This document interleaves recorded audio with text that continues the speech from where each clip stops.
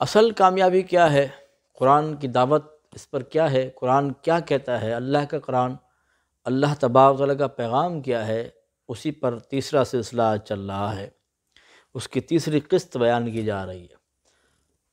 پہلے ایمان بتایا گیا، پھر تقوی قرآن سے ہی لیا گیا، یا ایھا الذین آمنوا اتقوا اللہ وابتغوا الیہ الوسیلہ وجاہدوا فی سبیلہ، 4 باتیں قرآن نے بیان کی: ایمان، تقوی، وسیلہ، مجاہدہ، لعلکم تفلحون، تاکہ تم کامیاب ہو جاؤ۔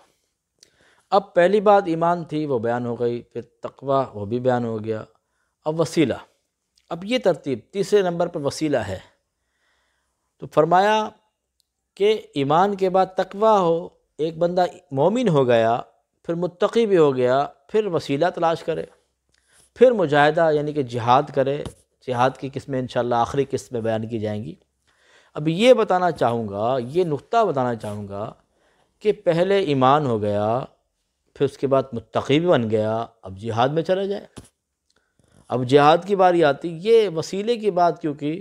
علماء فرماتے ہیں اس لیے تاکہ اس بندے کو پتہ چلے، وہ صحیح کامل پیر کے پاس جائے، اس کا دامن تھامے، اس کا وسیلہ لے، اور تاکہ پتہ چلے جہاد اور دہشت گردی میں کیا فرق ہے۔ ایسا نہ ہو دہشت گردی کرتا رہے، وہ سمجھے میں جہاد کر رہا ہوں۔ جہاد اور دہشت گردی کا فرق اس کے ذہنوں میں، اس کی سوچوں میں آ جائے، پھر وہ جا کر یہ مجاہدہ کرے۔ پھر جہاد کی پھر 2 قسمیں انشاءاللہ اگلی نشست میں بیان کی جائیں گی۔ آج آپ کو وسیلے کے بارے میں بتاتے ہیں۔ تو وسیلہ کیا ہے؟ آپ نماز کا وسیلہ لیں اللہ کے لیے، اللہ کی طرف رجوع کرنے کے لیے، بہت بڑا وسیلہ ہے۔ حدیث قدسی ہے، اس کا مفہوم یہ ہے، اللہ کے نبی نے فرمایا کہ رب تعالیٰ فرماتا ہے اگر میرا بندہ نماز میں جو فرائض واجبات کے بعد نوافل کی کثرت کرتا ہے، میں اس کو اپنا محبوب بنا لیتا ہوں۔ نوافل کی کثرت کرتا ہے، میں اسے اپنا محبوب بنا لیتا ہوں۔ پھر کیا ہوتا ہے؟ میں اس کے ہاتھ ہو جاتا ہوں جسے وہ پکڑتا ہے، میں اس کی زبان ہو جاتا ہوں جسے وہ بولتا ہے، میں اس کی آنکھ ہو جاتا ہوں جسے وہ دیکھتا ہے، میں اس کے کان ہو جاتا ہوں جسے وہ سنتا ہے، یعنی کہ وہ بندہ اللہ کے صفات کا مظہر بن جاتا ہے۔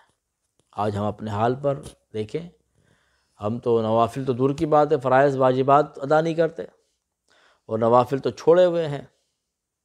یہ بات ضرور ہے کہ نوافل نہیں پڑھیں گے اس کا گناہ نہیں ہے، لیکن وہ اگر آپ پڑھیں گے تو اس کی برکتیں کتنی ہیں، اس کا انعام کتنا ہے۔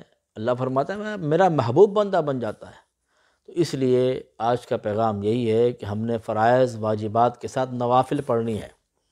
ہم پریشان ہوتے ہیں کہ یہ معاملات نہیں ہو رہے، وہ معاملات نہیں ہو رہے۔ آج ہم اللہ کی طرف رجوع کریں، صبح جلدی اٹھ جائیں، نماز فجر سے پہلے تو تہجد کا اہتمام کریں، کم سے کم 2 رکعت تو پڑھیں، اور پھر اگر تہجد میں نہیں اٹھ سکے، فجر پڑھی، اس کے بعد جو ٹائم فجر کے وقت کے بعد ہوتا ہے، اشراق کا وقت جب شروع ہوتا ہے، اشراق پڑھیں، پھر چاشت پڑھیں، کم سے کم 2 رکعت نفل تو پڑھنے کی عادت بنائیں۔ پھر اگر کوئی پریشانی ہوتی 2 رکعت سات الحاجات پڑھیں، نمازوں کا سلسلہ کریں، اگر کوئی خوشی ملتی 2 رکعت پھر شکرانے کی پڑھیں۔ یہ بھی ایک وسیلہ ہے، اس طریقے سے ہم اللہ کے قریب ہوتے جائیں۔ تو اس لیے آج کا پیغام یہ ہے کہ ہم نے نماز فرائض واجبات کے ساتھ نوافل پڑھنی ہے، نوافل کی کثرت کرنی ہے۔ جو نفلیں نماز کے ساتھ ہیں ان کو بھی پڑھنا ہے، جو سنت غیر موقدہ ہے اسے بھی کوشش کرنی ہے، کبھی چھوٹ جائے یہ تو ہمارے لیے رخصت ہے، اس کا مطلب یہ نہیں کہ ہم عادت بنا لیں۔ اللہ تعالیٰ عمل کی توفیق عطا فرمائے۔